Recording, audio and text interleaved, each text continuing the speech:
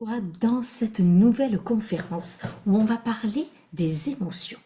Et ici, je ne vais pas parler de gestion des émotions, et pourtant c'est un des titres phares que tu peux retrouver partout, mais moi j'ai envie d'appeler cette conférence apprivoiser ses émotions pour mieux vivre avec soi, ou encore mieux, aimer ses émotions pour mieux vivre avec soi, ou aimer ses émotions pour s'aimer.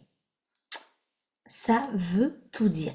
Est-ce que tu vois la nuance entre ce mot gérer, apprivoiser ou aimer?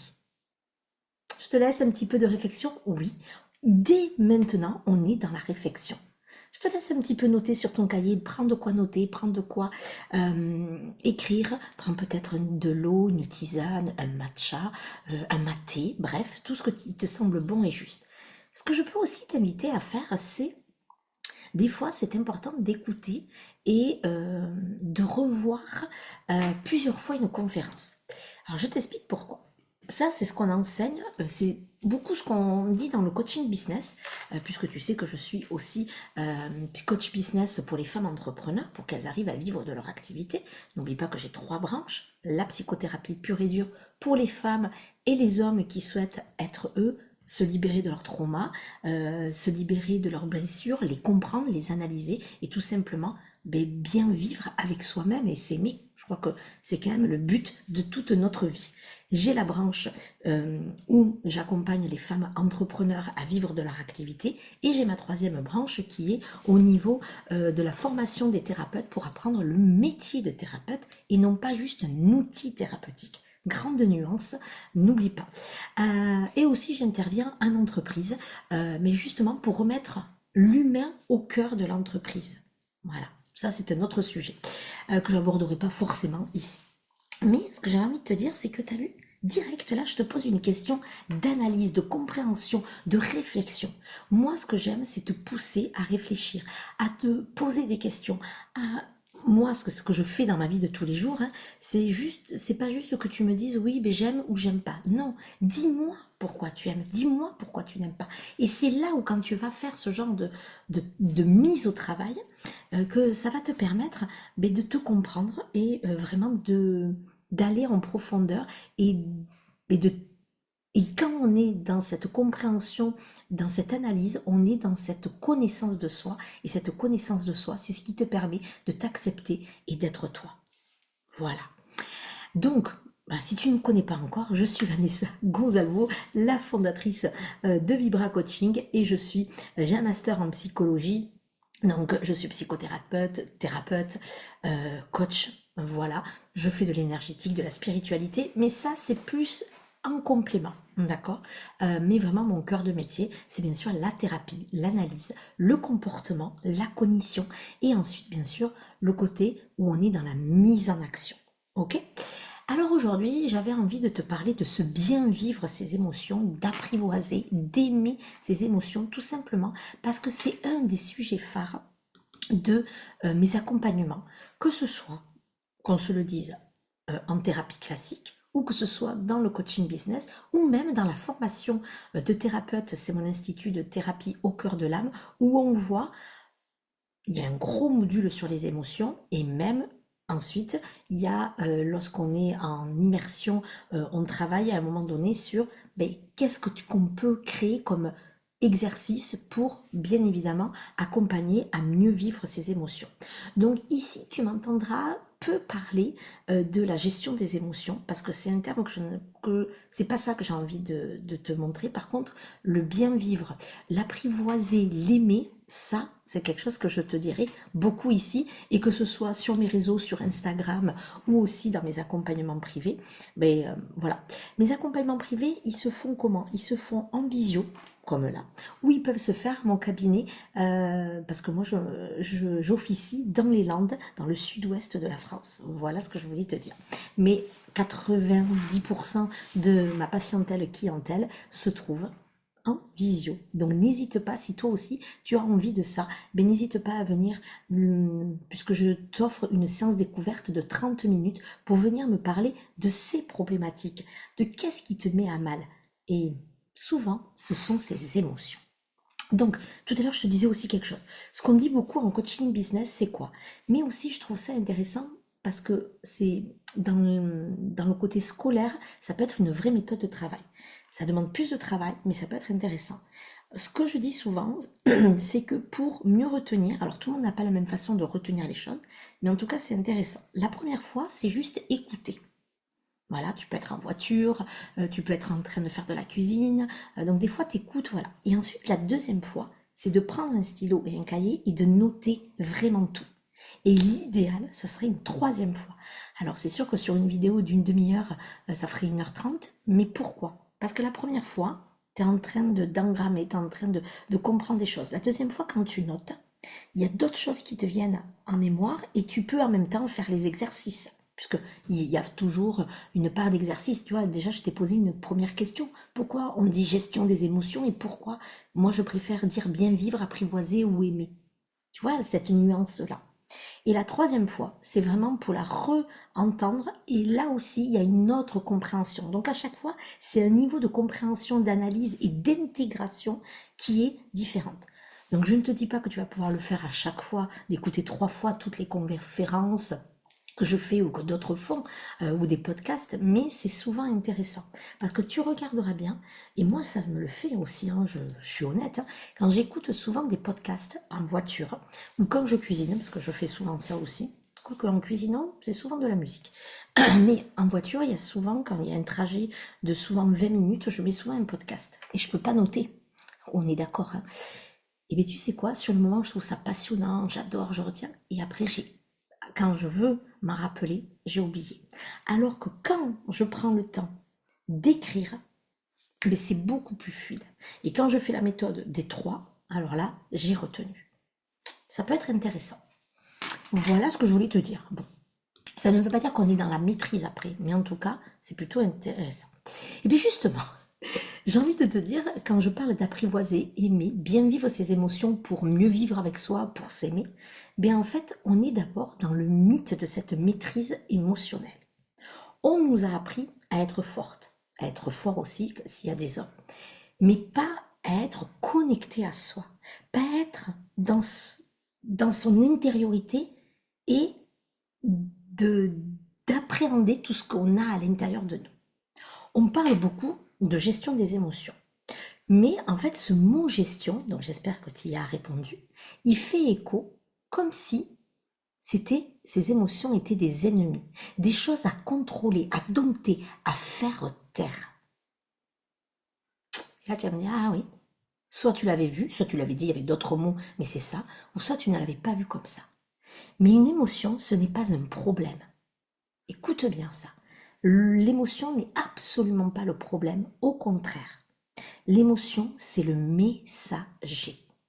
C'est un signal de ton corps, de ton cœur et de ton âme, si je vais dans le côté un peu plus philosophique, spirituel, voilà, qui vient te dire, en tout cas ce signal-là, ce message-là, il vient te dire quelque chose de fondamental sur tes besoins. Ça, c'est le mot que tu dois retenir. C'est un messager, un signal de ton cœur, de ton corps. C'est le signal du corps, hein. C'est vraiment ça qu'il faut retenir. Parce que les émotions, ça se traduit par le corps. On ressent les choses à l'intérieur de notre corps. Et donc, pour le coup, ça vient te dire quelque chose de fondamental, d'essentiel sur tes besoins. C'est ce qui a besoin d'être entendu. Très important. Le problème, ce n'est pas ce que l'on ressent. Le problème, c'est ce qu'on fait de ce qu'on ressent. Et tu remarqueras qu'il y a beaucoup de personnes qui se sont coupées de leurs émotions. Et ça, on le voit beaucoup avec le style d'attachement évitant et donc en particulier la blessure d'injustice. La blessure d'injustice, c'est celui qui met le masque de la froideur.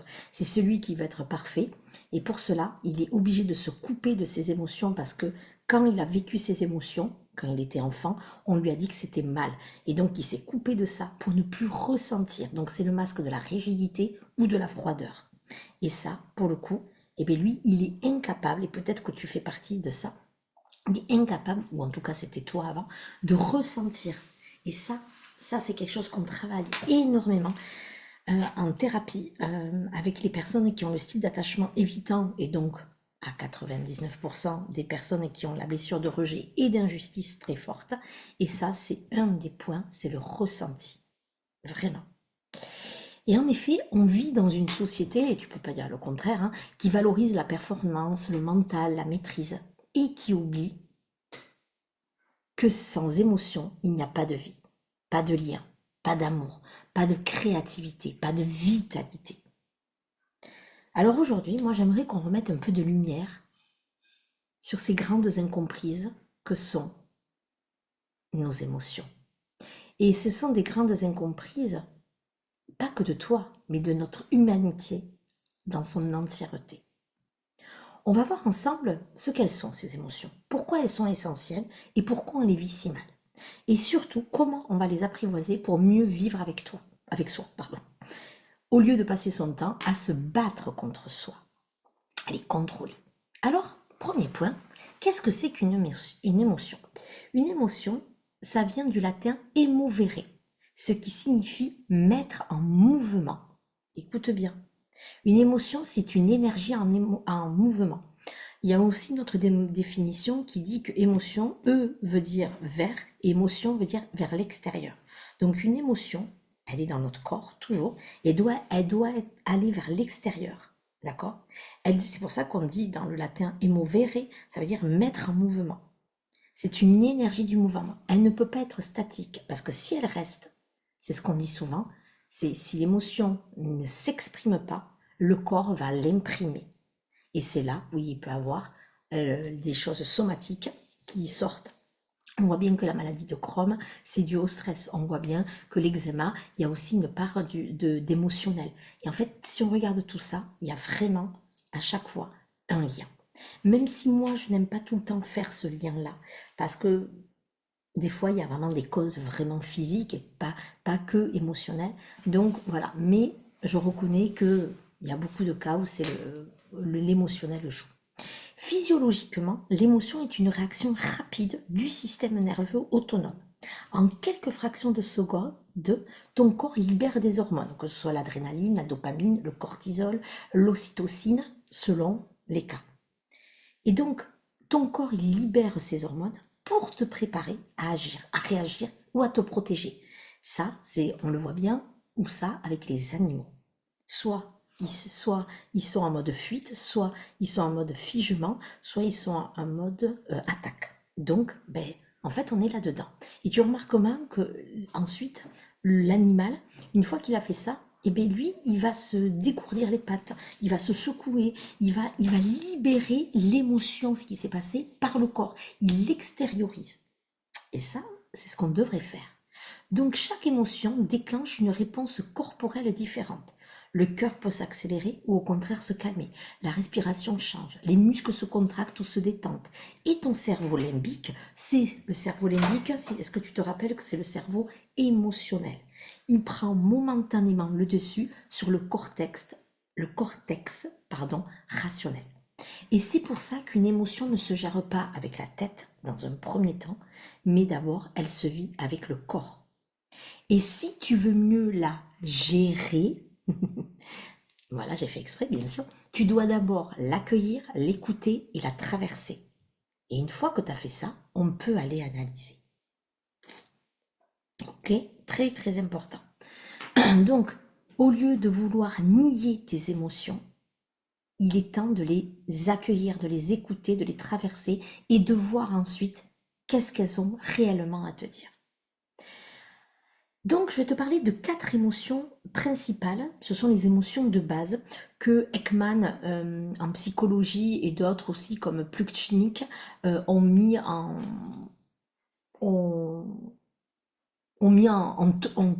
théorisé. Voilà, on va dire ça comme ça.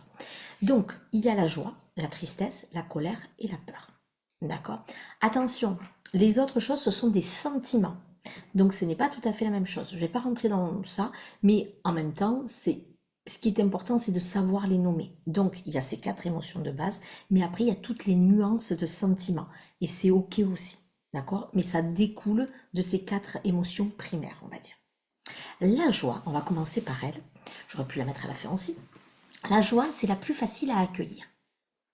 Et encore, pas tout le temps. Parce que certaines personnes, au contraire, ils vont censurer leur joie. Pourquoi? Pour ne pas déranger, pour ne pas paraître trop, pour ne pas susciter la jalousie. Et parce qu'on nous a peut-être aussi dit, oui, mais là, telle personne est malade, ou telle personne est triste, ou le monde va pas bien, donc tu ne peux pas être en joie.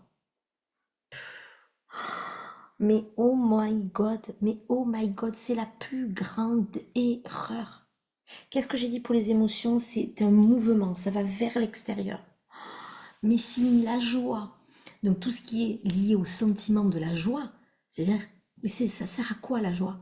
Si la joie, le but premier de la joie, c'est de connecter, d'être en connexion avec l'autre et de célébrer. Donc, si cette joie-là, on doit la taire, c'est-à-dire qu'on la rend, elle ne peut pas être en mouvement, elle reste là à l'intérieur de nous, mais ça va te créer des problématiques de recevoir, des problématiques de ne pas être justement en joie, de ne pas vouloir célébrer les choses parce que tu veux pas être trop ou que tu ne veux pas être devant le devant de la scène aussi, hein, il y a ça aussi. Donc, la joie, elle vient quand un besoin est comblé. D'accord? Quand quelque chose est aligné, quand on est fier de nous, voilà, quand ou que on se sent ouais, que le besoin il est comblé. Et donc cette joie-là, le but premier, ça c'est hyper important, le but premier de la joie, c'est qu'elle a besoin d'être exprimée, partagée et vibrée dans son corps et ressentie. Sinon elle se fige et elle laisse place, et ça c'est important, à la frustration ou à la culpabilité d'aller bien. Alors, je vais te donner un petit exercice simple. C'est autorise-toi à célébrer, à exprimer ta joie, à rire, à danser, à savourer un moment sans te juger. Et chez Vibra Coaching, pour celles qui me connaissent et qui travaillent avec moi depuis des années, elles savent que j'ai créé comment on célèbre. Il y a 3 façons de célébrer. La première façon de célébrer, donc ça c'est quand on est en joie, hein. Alors on n'est pas obligé de faire tout le temps les 3, d'accord? Mais les 2 premières que je vais te dire sont quand même obligatoires. La première façon de célébrer, donc le célébrer c'est la joie, c'est d'abord de célébrer de soi à soi. Donc ça veut dire quoi? Mais ça veut dire tout simplement que quand tu as une bonne nouvelle, c'est déjà de te connecter à toi, peut-être te mettre une musique qui te donne envie de danser, de chanter, et là, ça, le corps, c'est excellent. Quand on est dans la joie et qu'on danse et qu'on chante, ça y est, le corps, il est en mouvement, et là, tu imprègnes et tu envoies le message dans ton corps que tu t'autorises et que tu es heureuse. Et ça, c'est très, très important. Donc, c'est de connecter à toi et de te le dire à l'intérieur de toi ou de le dire à voix haute, c'est je suis en joie parce que je suis en joie, je célèbre parce que j'ai réussi ci, j'ai réussi ça, ou que je me sens comblée. Peu importe, je suis en joie. Et qu'est-ce que ça apporte cette joie? Je vais te demander, qu'est-ce que ça fait en toi cette joie? Et puis il peut y avoir un sentiment de fierté derrière, un sentiment d'accomplissement. Peu importe. Et demande-toi ça. D'accord? Et tu célèbres, et tu t'honores, et tu es dans la gratitude et dans la fierté d'être toi. Très, très important ça. D'accord? Donc ça, je te demanderai vraiment de le faire. Donc ça, c'est la première façon de célébrer chez Vibra Coaching. Donc on se connecte et on célèbre. Et à l'intérieur, alors c'est pas obligé qu'il y ait de la musique à l'extérieur, hein, parce qu'imaginons que tu célèbres, et tu peux célébrer même, j'ai envie de dire, même dans les WC. C'est-à-dire, en fait, ça se passe à l'intérieur de toi. Et si tu peux, bah, tu te mets de la musique même dans les oreilles et tu danses et tu sais. Et en fait, le sourire doit être là, des larmes de joie s'il y a besoin.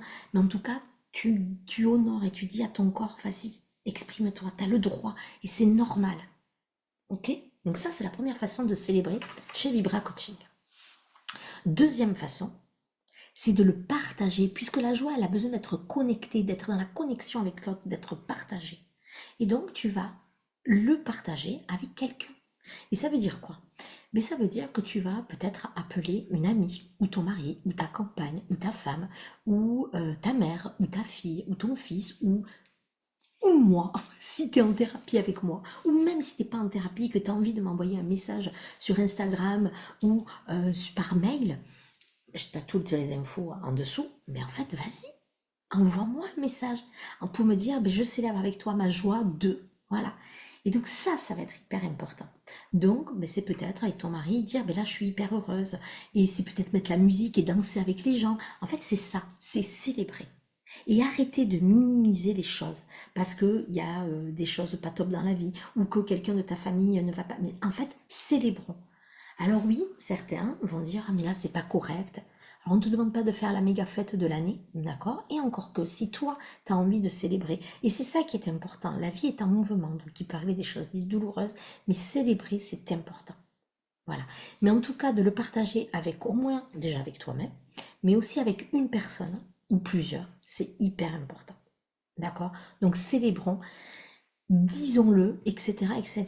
Et la troisième chose, ça j'adore, parce que c'est un de mes langages d'amour que j'apprécie, c'est se faire un cadeau. Alors le cadeau, ce n'est pas forcément s'acheter quelque chose de très cher, de très gros, tout ce que tu veux, hein, mais c'est quand même de temps en temps, ou quand il y a vraiment un événement particulier où tu te dis, mais là en fait, et là, je célèbre, je suis en joie. Et avec, par exemple, s'il y a eu des mois de travail ou des mois d'investissement ou peu importe, mais je pense que c'est important de se célébrer par quelque chose qui marque et qui a une signification. C'est pas juste s'acheter un rouge à lèvres pour un rouge à lèvres. Mais en fait, si par contre tu veux t'acheter un gloss, parce que ça a une symbolique, parce que sur toi, ça représente la féminité, la sensualité, le prendre soin de toi, et que ça, c'est ce que tu as envie de célébrer, mais tu fais bien, tu vois. Si par exemple tu as envie de t'acheter un bouquet de fleurs, voilà, tu peux aussi. Voilà. En fait, il faut qu'il y ait, ou que tu as envie de construire par toi-même un tableau, quelque chose, parce que tu es créative, artistique dans ce côté-là, de tes mains manuelles, mais vas-y. En fait, il n'y a pas besoin, ça peut coûter 2 euros, comme ça peut coûter 0 ou comme ça peut coûter 1 000 euros. En fait, tu as le droit de tout faire. Donc ça, c'est important. Et même, tu peux célébrer avec quelqu'un et aller au restaurant, et ça peut être le moyen, mais on va au restaurant avec l'intention de célébrer par rapport à ça. Donc ça, c'était ce que je voulais te dire. Donc très très important, cela. Donc voilà ce que j'avais envie de te dire pour la joie. Maintenant, euh, l'autre émotion, ça va être la tristesse. C'est l'émotion, la tristesse de la perte, du détachement et du deuil. Le deuil, ce n'est pas que la mort réelle d'une personne. Des fois, ça peut être la perte d'une amitié, une transition, l'enfant qui part du foyer, la séparation avec quelque chose, etc., etc.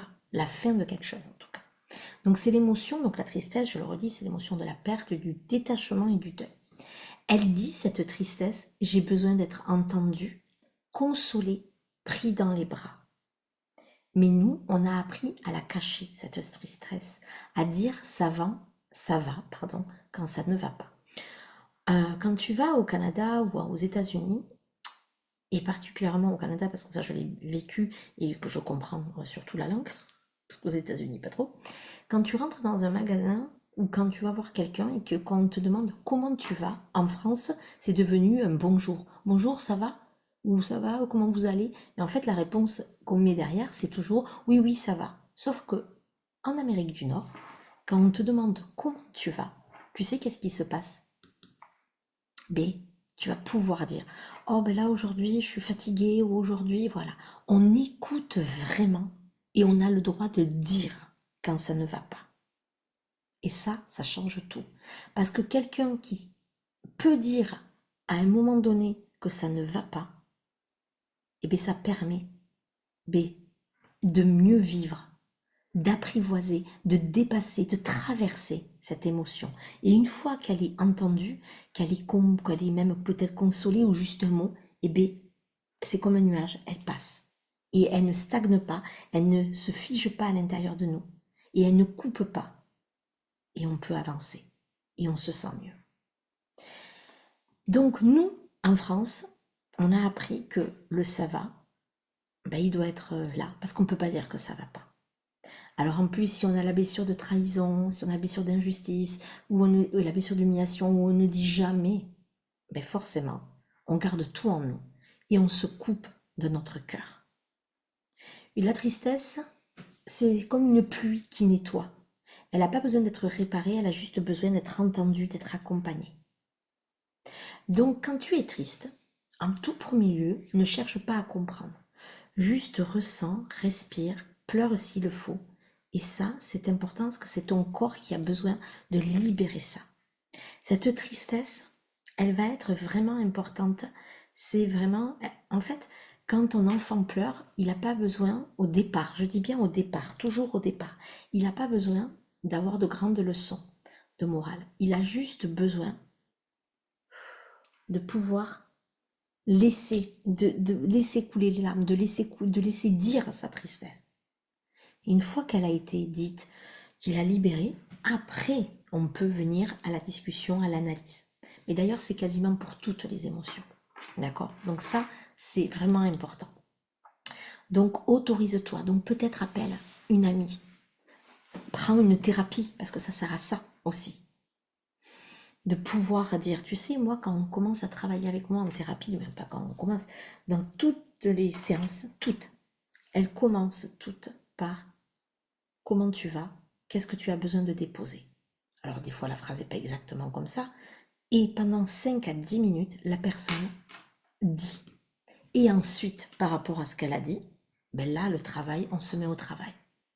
Et des fois, ces 5 minutes peuvent durer 20 minutes, une demi-heure. Alors ça arrive pas souvent, mais des fois ça arrive parce qu'il y a besoin. Et moi, mon rôle, c'est juste d'écouter. Et bien, je peux te promettre qu'à la fin, quand on fait le bilan, parce qu'à la fin, on fait toujours un bilan, à la fin d'une séance, le bilan, il y a 2 ou 3 phrases que je dis souvent, ben c'est, je suis arrivée, j'étais pas bien, et là, je me sens mieux. Merci à toi, j'ai été écoutée. C'est tout le temps comme ça que ça se passe. Et ça se passe quasiment comme ça à chaque séance d'ailleurs. Au-delà de, même s'il n'y a pas forcément une émotion de tristesse. Parce qu'en tout cas, l'émotion a été écoutée. Et ensuite, on peut se mettre au travail. Soit dans la compréhension, soit dans l'analyse, soit dans la connaissance de soi, soit et ou avec des exercices comportementaux, etc. Ou d'ancrage d'ailleurs, aussi positif et mise en action. Voilà. Donc ça va être très important. Donc la tristesse, je t'invite vraiment, donc si tu avais moi un accompagnement, ça tombe bien, on a entre les séances un canal Telegram ou WhatsApp où tu peux venir déposer ce que tu as besoin de déposer ou appelle quelqu'un. Voilà, rien que ça. Ou demande à avoir un câlin. Parce que la tristesse a aussi besoin de contact. Voilà. Voilà ce que je voulais te dire déjà pour ces 2 premières émotions. La troisième émotion, c'est la colère. La colère, c'est celle qui fait le plus peur parce qu'elle est assimilée à la violence. Mais la colère en soi n'est absolument pas un problème. C'est une alarme intérieure qui dit que quelque chose n'est pas juste, qu'une limite a été franchie et qu'un besoin fondamental n'a pas été respecté. Donc la colère n'a pas besoin d'être supprimée, mais elle a besoin d'être entendue et ensuite canalisée. Comme crier dans un coussin, écrire une lettre, taper dans un oreiller, sortir, marcher vite, bouger ton corps, crier, courir. On a le corps de la colère, là, il n'a pas besoin de douceur. Alors que dans la tristesse, il y a besoin de douceur. D'ailleurs, j'aurais pu te rajouter de boire peut-être quelque chose de cocooning. Souvent, quand on est dans la tristesse, on va se regarder un film, on va se prendre une Madeleine de Proust qui va nous rappeler une musique, tout ça. Alors que la colère, elle a besoin de mouvements, mais rapides et vifs. Donc, l'écrit, taper, un punching ball, écrire une lettre où on se décharge, mettre de la musique, mais pas la même musique que dans la tristesse ou dans la joie. La joie, c'est notre musique, la tristesse, c'est notre musique, et la colère, c'est un truc où tu as envie de tambouriner, de t'être à fond. Et une fois que tu as fait ça, je peux te promettre que le corps, quand il a vidé ça, il se sent bien. Donc, je répète, la colère, elle fait peur parce que derrière, on assimile ça avec de la violence. Ça veut dire, la violence, ça veut dire qu'on va taper. En plus, il y a des personnes alcooliques ou des gens qui sont dans la violence, forcément, c'est des gens colériques. C'est la blessure de trahison poussée à l'extrême, ça. Mais en fait, la colère, elle est saine. Et la colère, depuis toute petite, on nous enseigne que c'est pas sain. Alors que la colère, elle est vraiment quelque chose de sain. Mais quand elle est entendue et qu'on peut exprimer cette colère. Mais attention, il y a une... Moi, c'est pour ça que je dis, quand il y a de la colère, allons d'abord la sortir de notre corps par un défouloir, voilà, physique. Et ensuite, une fois qu'on a fait ça, on peut vraiment aller parler calmement. Ou en tout cas, on peut aller dire. Et si un jour la colère, elle est sortie plus vite que prévu, eh bien en fait tout est réparable. C'est ce que j'appelle moi un lien d'attachement sécure. On a le droit des fois que ça sorte mal, mais ensuite on a le droit aussi de revenir et de réparer le lien. D'accord. Euh, donc la colère, c'est ce qui permet de t'affirmer, c'est ce qui permet de dire non. D'accord. De se faire respecter sans te renier. Et ça, c'est pour ça que c'est quelque chose de sain, la colère. Donc je t'invite vraiment à la voir différemment. D'accord.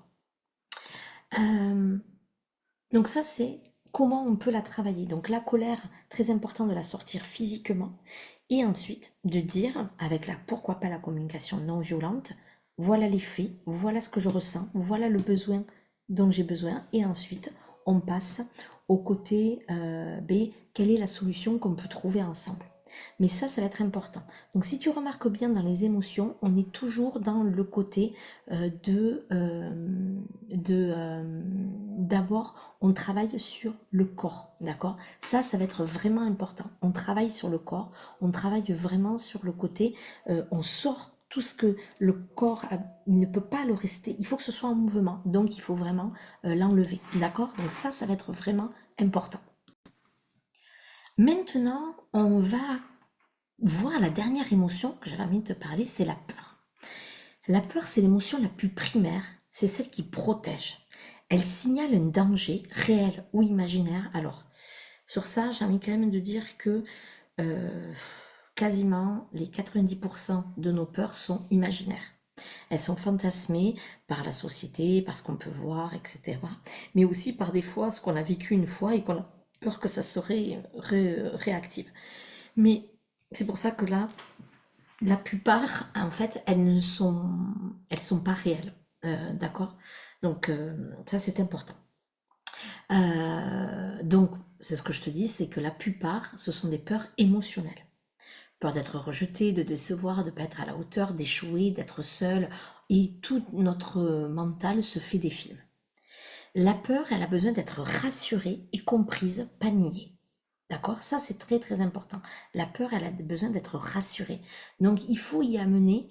euh, Alors, comment on fait par rapport au corps? On va commencer avec ça. Comment on fait par rapport au corps? On se connecte et on respire profondément. On se reconnecte à son corps et on parle à sa peur en lui disant merci de m'avertir, mais ici et maintenant, je suis en sécurité. Et on peut même, ça peut aider même dans les crises d'angoisse, dire, ben regarde, là je vois ça, là je vois ça, là je vois ce gloss, là je vois ce téléphone, donc tu vois, tout va bien. On revient à des choses factuelles, on fait taire le petit hamster, le petit film qu'on se fait en mode serial killer, tu vois ce que je veux dire? D'accord? Alors des fois, il y a des vraies peurs quand on est dans la rue. Donc ça, c'est autre chose. Là, on est dans autre chose. Donc là, c'est vite aller trouver un lieu sécuritaire ou des choses comme ça. Mais moi, je vais te parler surtout des peurs émotionnelles, d'accord? Qui, en fait, à 90, 95%, même 98, on pourrait monter. En fait, elles sont juste là. C'est que derrière cette peur, il y a souvent une autre émotion. Ça, c'est très important. Donc d'abord, on calme, on respire, on se reconnecte avec la réalité, tout simplement, et on lui dit qu'on est en sécurité. Et derrière cette émotion, il y a souvent une autre. Sous la colère, il y a parfois de la peur. Sous la peur, souvent de la tristesse. D'accord. Et quand tu accueilles tout ça, eh bien en fait, la joie peut revenir, mais surtout ce sentiment de paix et de sécurité. Donc c'est toujours interroger, donc que ce soit la peur, la colère, etc. Allons voir si c'est vraiment de la colère, parce que des fois la colère, comme je t'ai dit, c'est souvent euh, la peur de quelque chose ou même la tristesse. On est en colère après quelqu'un, mais en fait on est triste de l'avoir perdu. Sous la peur d'être rejeté, ben en fait il y a une tristesse parce qu'on se sent seul, par exemple. Bon voilà, on peut regarder qu'est-ce qu'il peut avoir derrière. Donc ça c'est très très important. La peur, c'est vraiment reconnecter à la réalité. Une peur émotionnelle, c'est reconnecter à la réalité. Donc, c'est souffler, se reconnecter à son corps et lui dire qu'on est en sécurité pour faire taire le film qu'on est en train de se faire. Donc, très, très important. Donc, et n'oublie pas que quand tu as une émotion, demande-toi, alors, est-ce que je le fais maintenant ça ou est-ce que je le fais après? Bon, je vais le faire après. Je vais le faire. Pourquoi on n'arrive pas à aimer nos émotions, à bien les vivre ou à les apprivoiser? Parce que déjà, on ne nous l'a pas appris. On a appris à les faire taire. On nous a appris à les réprimer. Ne pleure pas, ne te mets pas en colère, fais plaisir, tu exagères. On a grandi en déconnectant nos émotions pour être aimé. On a mis un couvercle sur notre, des fois, volcan intérieur, ou, ou notre volcan intérieur avec des fois la tristesse, la peur, en fait toutes les émotions finalement. Et en fait, à un moment donné, eh ça explose. Ou au contraire, on s'éteint. Mais quand on a enfin compris que euh, une émotion, elle a besoin d'être entendue, voilà, d'être sortie de son corps, mais surtout, derrière, il y a un besoin. Il y a un besoin qui a besoin d'être mis en lumière. Et tant qu'on n'a pas compris ça, eh bien, on va réagir. On va avoir les mêmes réactions en boucle. La fuite, la compensation, la dépendance, la fatigue émotionnelle, fatigue physique, mais fatigue émotionnelle, un burn-out, des troubles psychiques, des troubles psychosomatiques, inflammation, douleur, troubles du sommeil, crise d'angoisse, bref, il y a quelque chose derrière. Ça peut être des troubles alimentaires, etc., etc. Du stress, tout ce que tu veux. Parce qu'une émotion bloquée devient une tension dans ton corps. Et un corps tendu ne peut pas se réparer. Donc justement, comment réapprendre à vivre ces émotions? Alors il n'y a pas de recette magique. Mais il y a un chemin de guérison. Il y a un chemin de connaissance de ces émotions. C'est un retour à soi. C'est un retour dans son corps. C'est un retour à la conscience de soi. C'est un retour dans sa maison intérieure. Donc, première piste, tu dois reconnaître ce que tu ressens. D'abord, avant les mots, je tiens à le préciser, avant l'analyse, c'est les mots pour l'analyse, c'est après, mais il faut mettre quand même des mots sur ce que tu ressens. Donc je me sens triste, je me sens en colère, j'ai peur, c'est les nommer.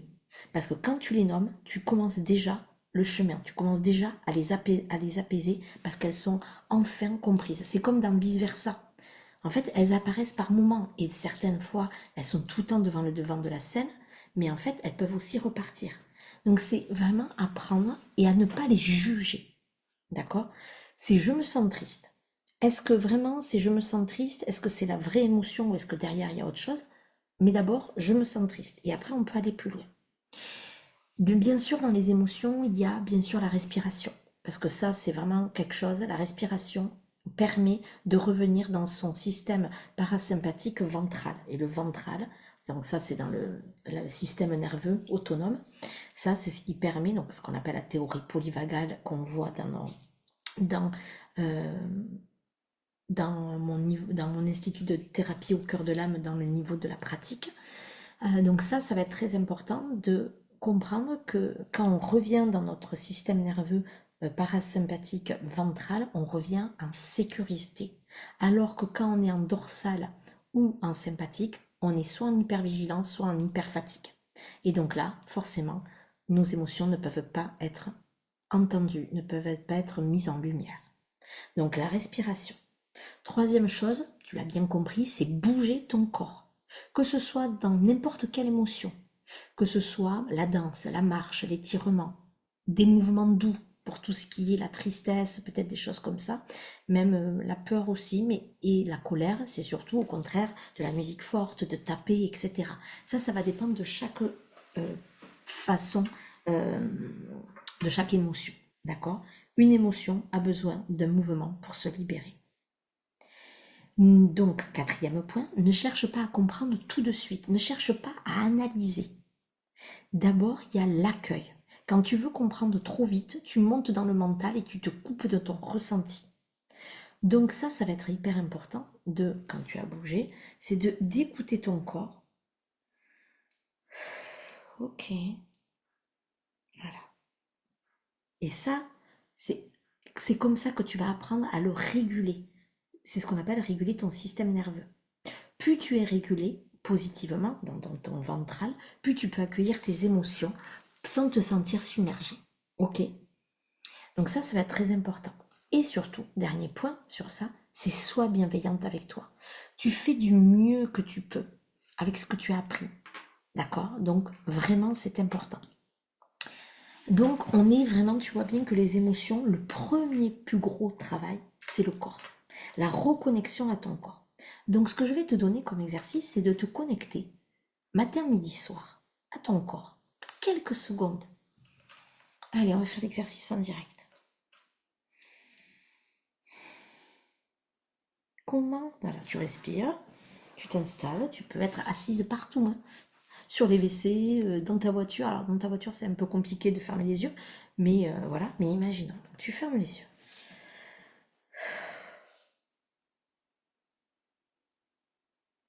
Alors, on parle d'émotions, mais si on y met les sentiments, c'est ok aussi. D'accord? Les sentiments, ça va dire, ça peut être je me sens épuisée, je me sens fatiguée, tu vois, des choses comme ça, je me sens mélancolique, je me sens excitée. Voilà. Donc tu regardes. Mais tu as bien vu qu'il y avait 4 classifications, donc en fait, chaque sentiment peut aller dans une des classes.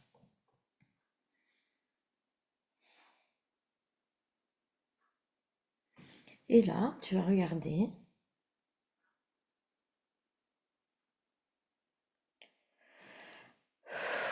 Tu peux même poser. Si tu sens que tu as besoin d'étirer ton corps, tu peux. Parce que ça, c'est important plusieurs fois par jour de le mettre en mouvement. On en a parlé avec la préménopause, la conférence que j'ai fait sur la préménopause, on en a parlé de mettre le corps après 40 ans en mouvement. Mais en fait, c'est pour tous les âges. Mais encore plus à partir de 40 ans. Oui, parce qu'il y a d'autres choses qui rentrent en compte. Mais là, tu regardes. Ok. Donc tu sens que peut-être ton corps, et là, ton corps, il a besoin d'être entendu. Parce que peut-être qu'à un moment donné, il y a de la fatigue. Qu'est-ce qui se voit là? Donc, et prendre ce temps, quelques minutes par jour, plusieurs fois par jour, ça permet de calmer ton système nerveux qui est soit en dorsal, soit en sympathique, et de revenir dans ton ventral. Et ça permet d'être dans l'écoute de tes émotions, et ça permet de calmer tout ce système-là, nerveux, qui est en sur ou sous régime, on va dire. Et là, te dire, ok, qu'est-ce que je ressens? Celles qui ont du mal à savoir si, ah, je ressens de la, oh, je me sens sereine, oh, je me sens bien, ok. Mais celles qui ont du mal, c'est se dire, ok, est-ce que dans ton corps, tu sens des tensions? Ah oui, je sens une tension là, ok, dans ta gorge, ok. Alors qu'est-ce que ça veut dire? Pourquoi tu as cette tension dans ta gorge? Alors là, on est déjà un peu dans l'analyse, vous allez me dire, mais c'est normal, si on n'arrive pas à se connecter, c'est comme ça, hein. Alors qu'est-ce que tu ressens? Je sais pas pourquoi, ouais, je me sens, ouais, j'arrive. Qu'est-ce que. Alors, la gorge, c'est forcément qu'est-ce que tu n'arrives pas à dire. On est dans la communication souvent. Mais peut-être, ben, je me sens triste.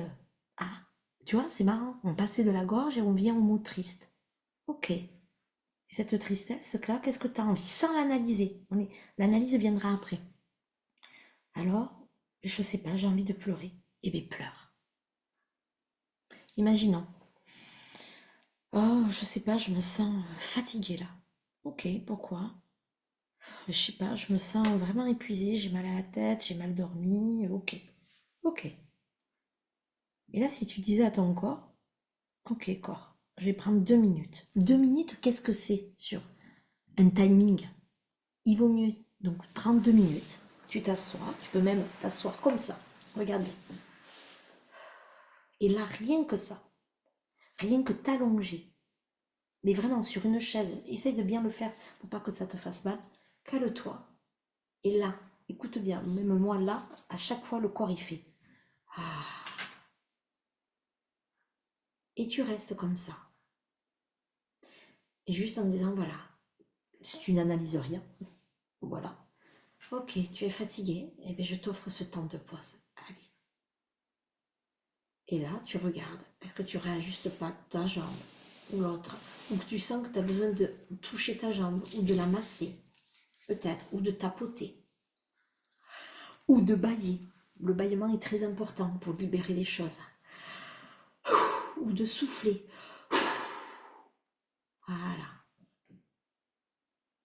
Allez.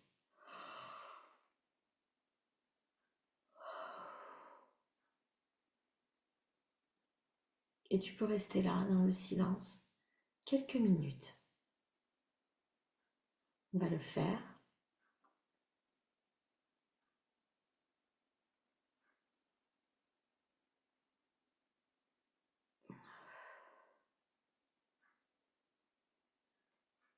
Voilà, je tourne ma tête parce que je sens qu'elle a besoin de s'étirer. Et au bout de là, on va arrêter, et ça peut durer 2 minutes, ça peut durer 10 minutes, un quart d'heure, selon le temps que tu as. D'accord? Et bien tu sais quoi? Mais je vais mieux. J'étais fatiguée, en plus c'est vrai, j'étais fatiguée parce que j'avais pas bien, j'ai mal à la tête, j'ai pas bien dormi, donc c'était un peu vrai ce que je disais. Ah, et bien tu sais quoi? Mais rien que prendre, c'est même pas 2 minutes, je pense.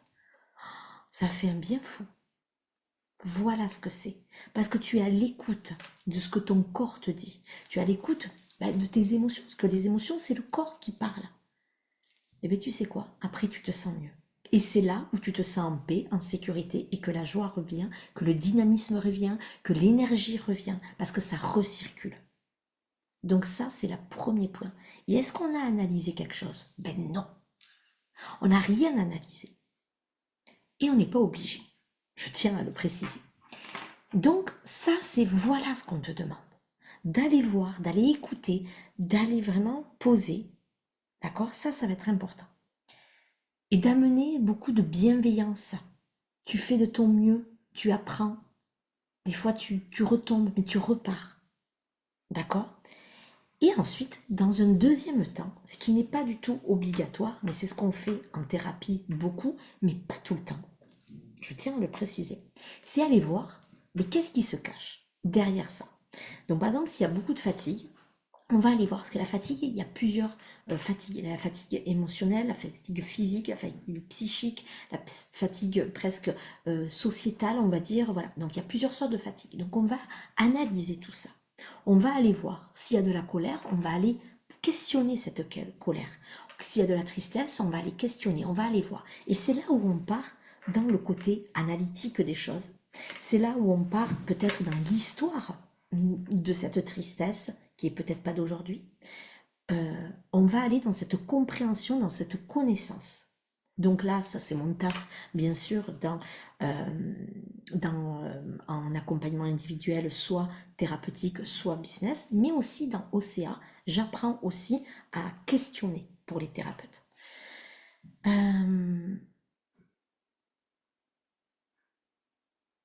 Voilà, je suis en train de réfléchir, voilà ce que je voulais te dire. Donc, c'est d'abord le corps, les émotions pures, et ensuite on va aller, ou pas, je tiens à le préciser, questionner cette émotion. Qu'est-ce qui se joue? Qu'est-ce qu'il y a? Qu'est-ce que ça vient raconter de toi? Qu'est-ce qui a besoin d'être entendu plus profondément? Qu'est-ce qui a besoin peut-être d'être guéri, d'être libéré pour sortir? Par exemple, la colère, des fois, c'est des choses du transgénérationnel. Des fois, c'est une histoire parce qu'il y a de la colère vis-à-vis du père, de son père, de sa mère ou d'un éducateur qui a eu. Il y a eu une histoire avec la colère. Des fois, c'est une histoire familiale, transgénérationnelle. C'est-à-dire que ça a été un enfant qui a vu son père ou sa mère battre l'autre, et donc il y a de la colère et qui ne ressort pas tel quel dans la vraie vie, mais peut-être avec beaucoup d'agacement ou beaucoup d'énervement ou de colère verbale, mais jamais physique. Mais en tout cas, il y a une histoire derrière. Et c'est ça qu'il faut aller comprendre pour aller l'apaiser, mieux la vivre, l'apprivoiser, l'aimer, cette colère. Donc il y a des fois tout un travail de guérison de l'enfant intérieur, de pardon, de deuil. En fait, ça dépend de chacun. Ça, je ne peux pas rentrer là-dedans, parce qu'en fait, ça dépend de chacun, vraiment. Voilà, la tristesse, ça peut être aussi une tristesse transgénérationnelle qui est portée depuis l'arrière-grand-mère et tout ça, ou des fois c'est une tristesse mélancolique, mais pourquoi qu'est-ce qu'il y a derrière? Des fois il y a un deuil à faire aussi, il y a plein de choses. Donc ça, mais c'est à chacun. Et ça, c'est ce qu'on fait, et c'est ce que j'adore faire, forcément, dans, dans ça. Voilà ce que j'avais envie de te partager aujourd'hui sur le bien vivre, sur le apprivoiser, sur l'aimer. Parce que nos émotions ne sont pas des faiblesses, elles sont la boussole de notre âme. Elles te montrent ce qui est juste pour toi. ce qui te blesse, ce qui te fait vibrer, ce que tu dois changer. Les gérer, ce n'est pas les contrer. Et je parlais bien là, c'était hyper bien dit, et je bute sur ces mots. Donc j'en étais où? Les gérer, ce n'est pas les contrôler. C'est au contraire apprendre à les écouter, à les laisser te traverser, à te servir de leur énergie pour avancer, pour être toi, pour t'aimer. Et si toi tu as envie d'aller plus loin, de comprendre pourquoi certaines émotions reviennent sans cesse, pourquoi tu es mise à mal, ce qu'elles viennent dire de ton histoire, de tes blessures, et comment surtout les aimer, les transformer en puissance intérieure, en paix, en sécurité, en amour, alors je te propose une séance découverte individuelle que je t'offre pour t'aider dans cette compréhension de voir tout ce qui se joue. Et ensuite, je l'espère, travailler avec toi pour transformer ce que tu ressens en allié de ton évolution. Parce qu'une vie émotionnellement libre, connectée, entendue, comprise, c'est une vie où tu cesses de subir et où tu recommences à te sentir vivante. Voilà ce que j'avais envie de te partager aujourd'hui. Bien évidemment, dans le bien vivre, dans ces émotions, il y a aussi tout le panel de soutien avec des techniques comme les fleurs de bac, des huiles essentielles, des techniques aussi de respiration ou de régulation de son système nerveux. En fait, il y a plein de techniques par rapport à ça pour mieux vivre, les aimer et vraiment s'en servir comme allié. Et tout cela, bien évidemment, selon ce que tu as besoin, parce que je m'adapte toujours, c'est toujours du personnalisé, c'est ce qu'on voit dans mes accompagnements individuels. Voilà, je t'embrasse, je te remercie et n'hésite pas à me marquer des commentaires et tu as tout ce qu'il faut en description. Voilà, je t'embrasse et merci et je te souhaite d'aimer et de vivre pleinement.